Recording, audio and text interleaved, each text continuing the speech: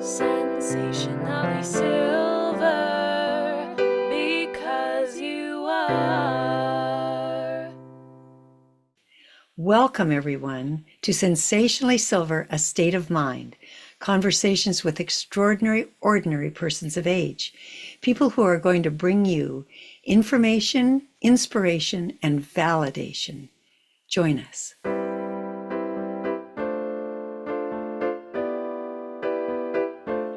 Hi, everybody, and welcome to Sensationally Silver, A State of Mind, conversations with extraordinary, ordinary persons of age.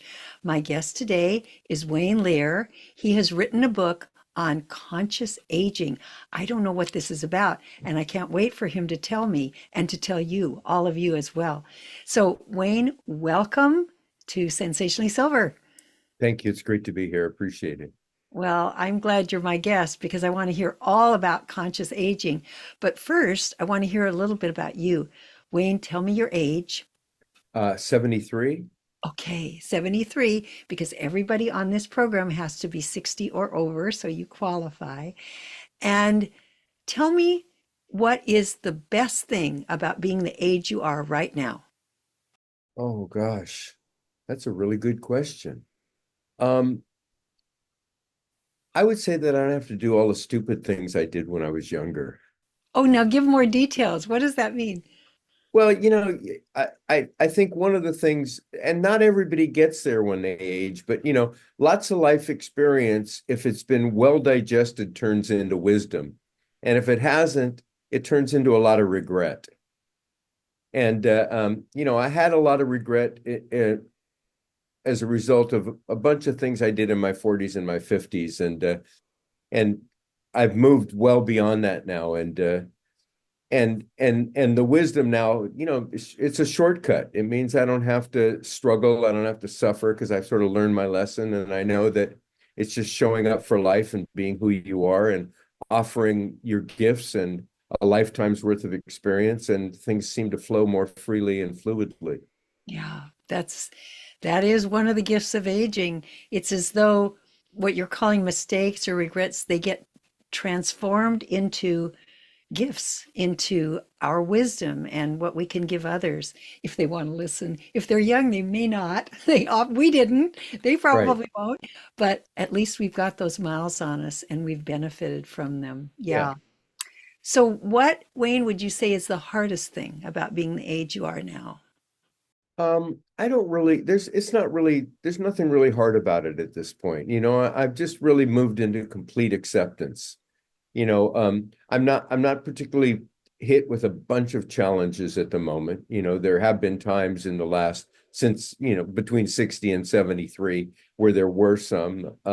My brother's on the precipice of passing over, and I'm in acceptance. I just show up, I'm loving, I'm kind, I'm generous, and that's the best I can do. And knowing that that's the best I can do, which of course is one of the gifts of aging consciously, is knowing that the best you can do is the best you can do, and not coming down on myself around that. So yeah, so I'm actually extremely enthusiastic, optimistic, excited. I've found a passion that has a lot of meaning to me. I feel renewed. I don't, the things that one of the things that happens when you make the transition from what I call your second act to your third act is you really have to let go of your expectations and your thoughts about who you have been for the first 50, 60 years of your life, and come into acceptance about who you are now, the body you have,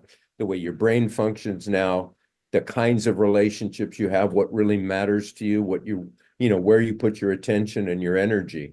And once I got sort of clear about that, then life became a lot easier.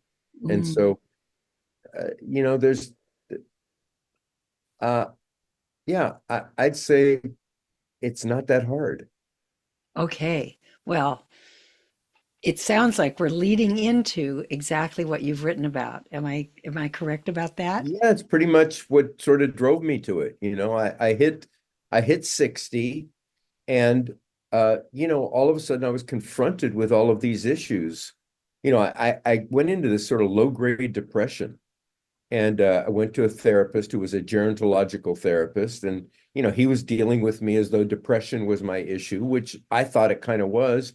And after I was with him for a couple of months, I realized that depression wasn't my issue. My issue was that I was living in a new body, in a new reality, a new work situation, and all of these things were new, and I was not in acceptance.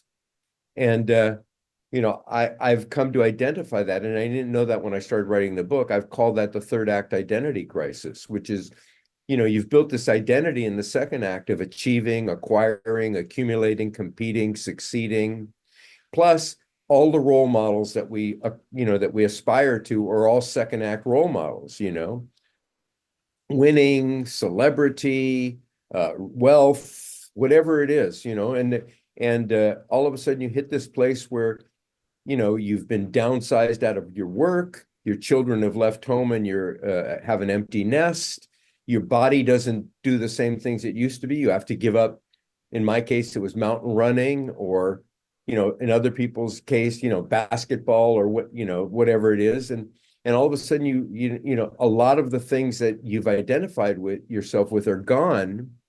And since with the way most of us in the West value ourselves is by who we are and what we've accomplished and what we've defined as those things, when those things are gone, you're left wondering who you are, and you're left oftentimes with a feeling of kind of falling short, failing, and that's sort of what motivated me. And it was this time during this time with the therapist, I realized that I was just stuck between lives. I hadn't made the transition from this second act reality to the third act what I call the third act operating system, which is cooperation, giving back, being an elder, community, sharing your gifts, living the purpose that you've spent your whole life preparing to live, as opposed to the profession that you've spent your whole life living that may not have been really on purpose for you. For some of us, it was, and for some of us, it embodied part of our purpose. But when all of those things are gone, you're kind of left without ground to stand on and a sense of self, and you have to redefine that. So that's what motivated the book. And then I started looking around and seeing that kind of everyone I knew that was in my age range was dealing with the same issue. I can feel people who are watching and listening thinking, oh my God, that's what's happening to me. This is very profound, in my opinion, because what you're describing as that depression and that loss of identity is sort of the doorway, if I'm hearing you correctly, to desert the time where you get to do what you want to do. You get to be who you really are, not worry about somebody firing you if you show how you feel about things. And so, I mean, it's so much freedom, so much good stuff, but it can get masked by the losses, because there are definite losses, and you described them well. So many of them. The body doesn't work the way it did. The career isn't what it was. The parenthood thing, that's got a sell-by date. And Yeah. we passed that. Who am I? So let's get into, how do we find that? How do we figure that out? Well, that's kind of what my whole book is, sort of the operating manual for making that transition. And obviously, one of the first things we have to do is we have to let go of the story of who we've been, which is a real challenge because we've been working at it for 40 years actively and 50, 60 years overall, right? And every way in which we've defined ourselves was by our doingness, not necessarily by our beingness. And all of a sudden, the doingness has been either taken away, marginalized, or limited in some way, as you mentioned, health, children, whatever, all those definitions. And so, we have to look out into the world and reassess. And, so instead of it's being retirement, it's really a time of reinventing, recreating, redesigning. But you can't get there until first you accept that you're in a completely different stage. This body has a expiration date, and every organ in the body has a different expiration date. Your mind doesn't function the same. It doesn't function better or worse. It just has different functionality. For example, what a lot of people think is losing your memory is just letting go of unimportant stuff so that you can focus on things that are more on a feeling tone level or emotional intelligence level as opposed to logical. And so a lot of the things we've defined ourselves as, we really have to just look at them through a new lens. So anyways, the first thing is, I have a chapter in the book called It's Not Negotiable. It's one of the first chapters in the book. And that is, when you're young, everything's negotiable. You want to stay up all night and then go to work and do a presentation to the ad council of New York City? No problem. You want to stay up 3 nights in a row and do it? No problem. Stay up an extra half an hour at 73, and you can forget about making a good presentation tomorrow, right?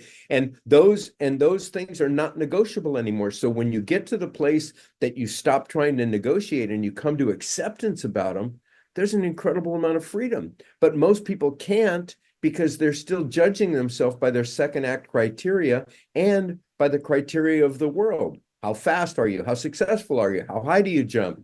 That kind of stuff. And So it sounds like maybe one of the things that gets in the way is not really knowing what the issue is. That's what I hear you defining. The loss, the grieving for those losses, the acceptance of them. If you don't know that that's where your attention has to go first, you may not be able to make that jump into this other way of looking at yourself and the world. And what you said about memory, I've never thought about it that way, but I wonder if there's actually some programming in the human being that as we get older and we pass a certain age, we start only being able to open up to this other path, this incredible, beautiful, profound path that we weren't even thinking about, really. yeah, Going deeper into who I am. yeah. What's my gift to the world now? I love And that. when your hard drive starts filling up, you have to decide where you're putting your attention.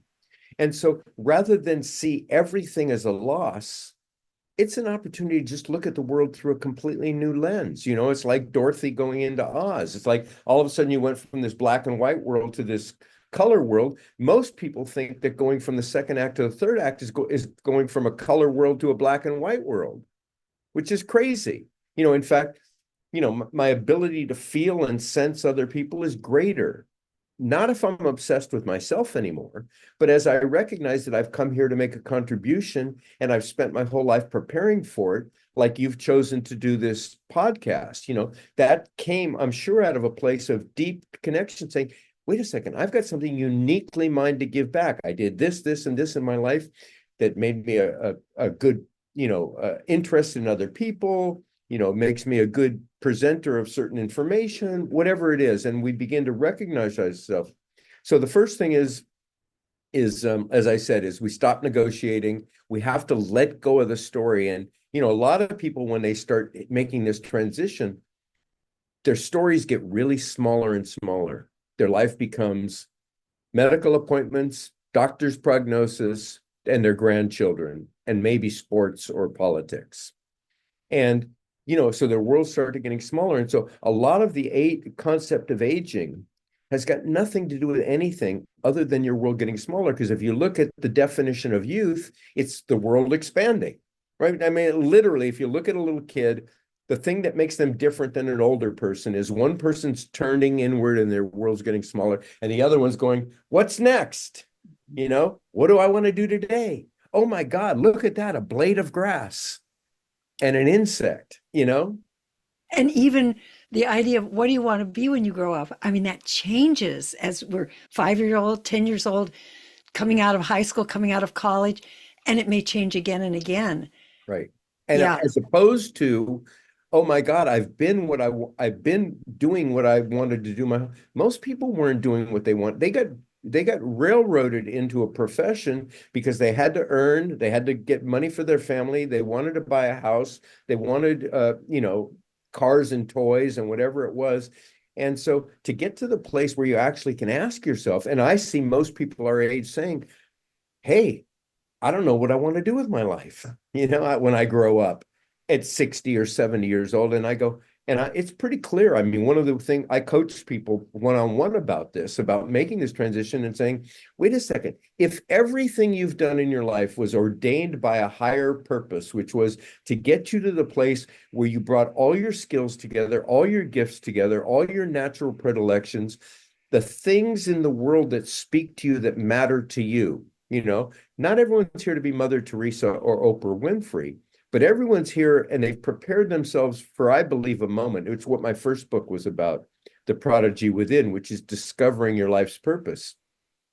And I don't believe most people can truly discover their life's purpose, people, until their late 40s, 50s, or 60s, because they haven't done enough of the research into the areas of who they are to perfect those things. So, I designed world's fairs and museums for a living. I've trained hundreds of yoga and meditation teachers.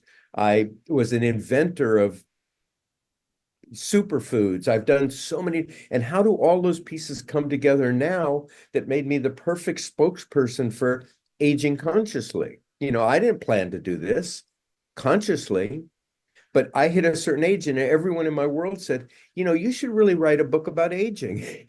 And it was like, and I realized, oh my God, I prepared my entire life to do that. And I believe everybody our age has prepared their entire life to become who they are. And rather than hit the age where they say, I've reached the end and I've outlived my purpose and I'm not this thing anymore, celebrate that you're not that thing anymore, because now you can be you. I'm remembering this film, this beautiful film that was done on Mother Teresa. And some priest said, she couldn't even keep the candles lit when she was a young novitiate. And yes, it's exactly what you're saying. We just keep building toward this coming together of our purpose. I Yeah. love that idea. Well, Okay. if you look at someone like Jimmy Carter, Jimmy Carter was way more effective in his third act than he was in his second act with creating Habitat for Humanity. I mean, an enormous impact, and one of the big problems for us is that social media, the media itself, and in actual reality, there are no real role models that are really celebrated for the third act. If you look even at Art magazine, everyone they celebrate on the cover of Art is somebody who's still living second act wins. Tom Cruise, he's 57 and he still does his own stunts. I don't want to do my own stunts. I want to do something completely unique, I want to make a contribution to the world now. And I believe that's what our third act is about getting to the place where, as saging, an elder, giving back, whatever you call it, where we've been out in the world long enough, we see the problems and we know how we're the unique solution to a singular problem. And then we apply ourselves to that. And whether it's just planting a garden, a victory garden, and inviting other people to, have a piece in that garden, or whether it's writing a book or putting together a podcast, time's now. And it's time. And it's only the elders that have enough life experience to really make a meaningful contribution to what can change things now. When you talk about ARP and the cover personalities and so on, they're also celebrating people who are in their first and second act back then, not what they're doing now for the Yeah. most part. Or it's a reprise over and over again of what used to be. We're still doing concerts, still whatever. Yeah, exactly. Okay, so you're saying, come on, let's discover what this chapter is all about. Yeah, This I have phase. I have a friend. He was in jail for 38 years, and he was one of the few guys let out of jail he was in for murder. It was a fight that he got into at 19. And while he was in jail for that period of time, he studied law. He helped all these guys in jail write briefs. He studied the penal system, started putting together legislation. And he did so much in jail that the governor of California one of only two people, he commuted his sentence. And then when it's time for his third act at 57 years old, he was let out of jail, and he's raised $77 million from the California legislation and completely changed the penal system, because that's what his whole life prepared him to do. And he's showing up being who he'd been his whole life, but never really got to play at that level. And he's the perfect example of somebody finding a way to completely be themselves and give back and make that contribution very different than at any other time. And so the success in our third act is all about, our spiritual well-being and the contribution we make to others, as opposed to, so if you look at the first, second, and third act really simply, the first act is about dependence. The second act is about independence, and the third act is about interdependence. And a lot of people get stuck in the second act of independence, and that's what's celebrated on ARP. Still does his own stunts, playing to millions of people around whatever it is.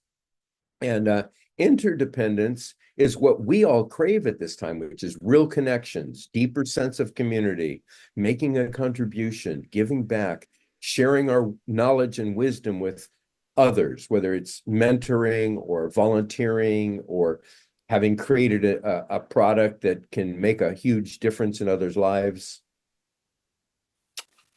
Oh, my brain is just going in a million directions with all of this because somehow, I mean, I'm sure this discovery of purpose has been going on for a very, very long time in older people. Not in everyone, but in older people. But it is individual. Well, I it mean, actually really hasn't. And the reason is because people never lived long enough.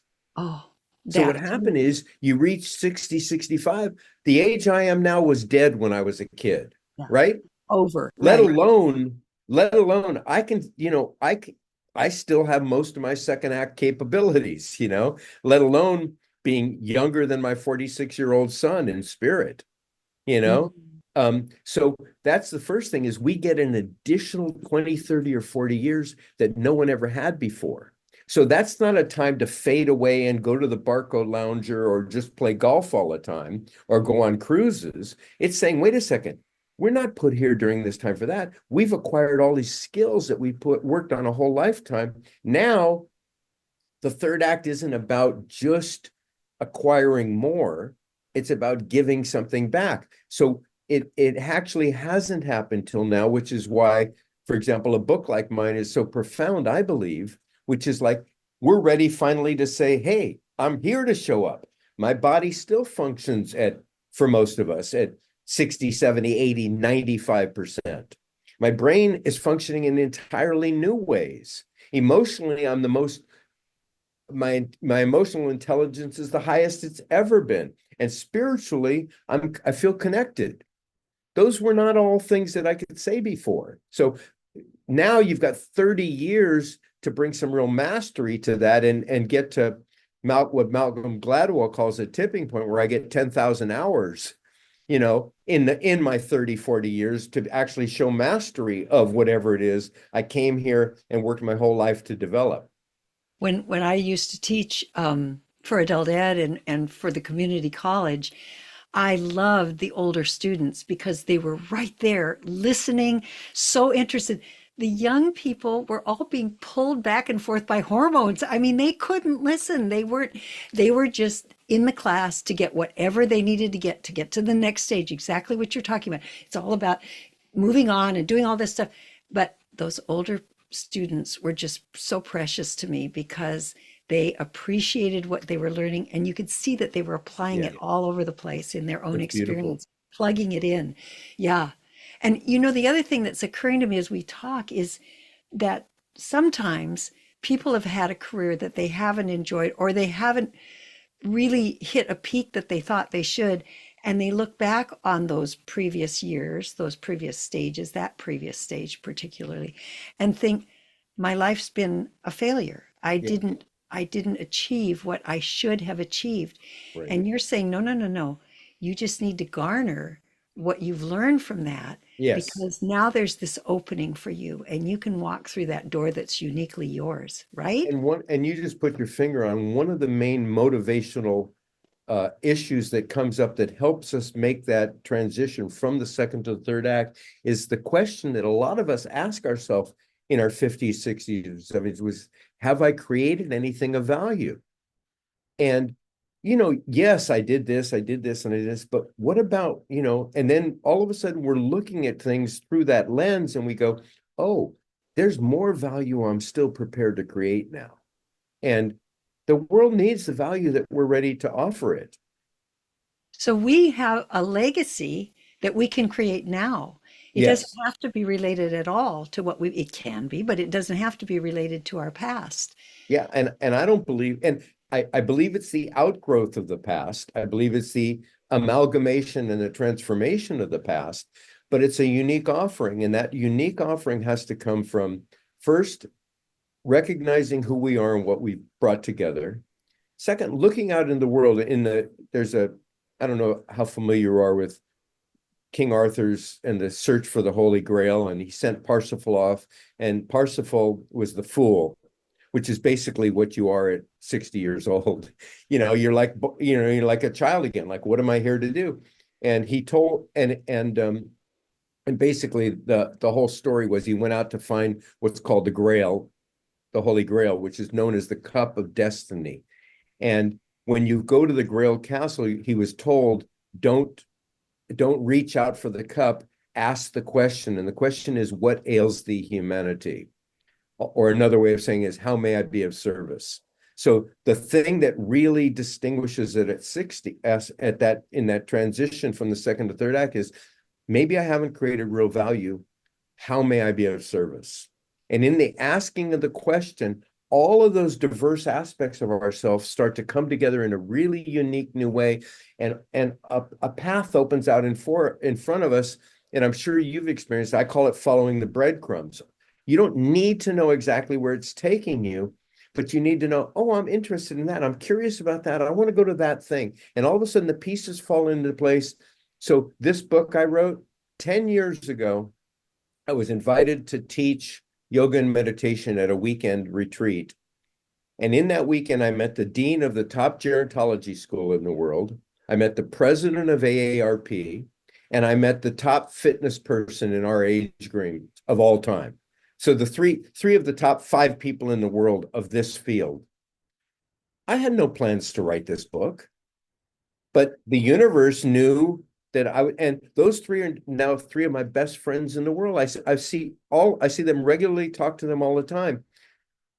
And that was following the breadcrumbs. And each one of us has, and in the past, we were supposed to know what we were supposed to do. And I believe now the breadcrumbs are laid out in front of us as we ask the question and then indulge in being curious again, like children, having interests that we put to sleep at 20 or 30 or 40 because we didn't have the free time, starting up hobbies again that matter to us, finding things that bring us joy and doing them just because they bring us joy, not because they're going to take us somewhere else. And all of a sudden, the breadcrumbs start appearing, and all of a sudden we start to feel this momentum, and the momentum carries us to ourselves and to our unique contribution. I spoke to someone who was a financial expert, and she was talking about life expectancy, and she was talking about how much it's changed. And I'm not sure I've got the numbers right because I'm not very good with numbers, but it seemed to me that men were expected now to live to be something like 92 or 93 and women 97. That's a long life, way past what you were talking about that it used to be. I mean, that whole biblical thing of, 70 years and then click, the time's up. So we've got this other age. And if I'm hearing what you're saying, we've got a destiny ahead of us. It's Yeah. not behind us, it's Yeah. ahead of us. And maybe it's actually the first time we've experienced having a destiny. Maybe not, because I know my life has pulled me along with those breadcrumbs in very surprising ways I never chose consciously early on, but they've been amazing and I've outgrown them. That I Yeah. do not want to go back and revisit any of that. But there's this thing called, I heard it termed, I love this term, this woman referred to it as spiritual alchemy, Mm. that takes all of that and makes something very beautiful out of it. So, you know, we're out of time, and I want to talk with you more. I want our listeners and our viewers to see more of what you have to offer. So will you be my guest again? Oh, God, that'd be great. Because we have a lot Love more to it. Yeah, talk this is a about, don't great we? conversation, and there's so much more to talk about. Yeah, yeah. And this is exactly why I'm doing this thing that I'm doing. I mean, this is the most exciting thing I've done in years. I learned so much from my guests, and I get to make that offering to anybody who comes and hears and listens. This is magic for us at this time in life. So, Wayne, thank you. We're going to do this again soon, okay? Yeah, great. Thank you. Thank you. Bye. Okay. See ya. Yeah. Appreciate it. Sensationally Silver, A State of Mind, is sponsored by Sensationally Silver, a complete hair care product line created especially for people with hair like ours, naturally gray and white hair. Sensationally Silver products can be found exclusively at sensationallysilver.com. Sensationally silver, because you are.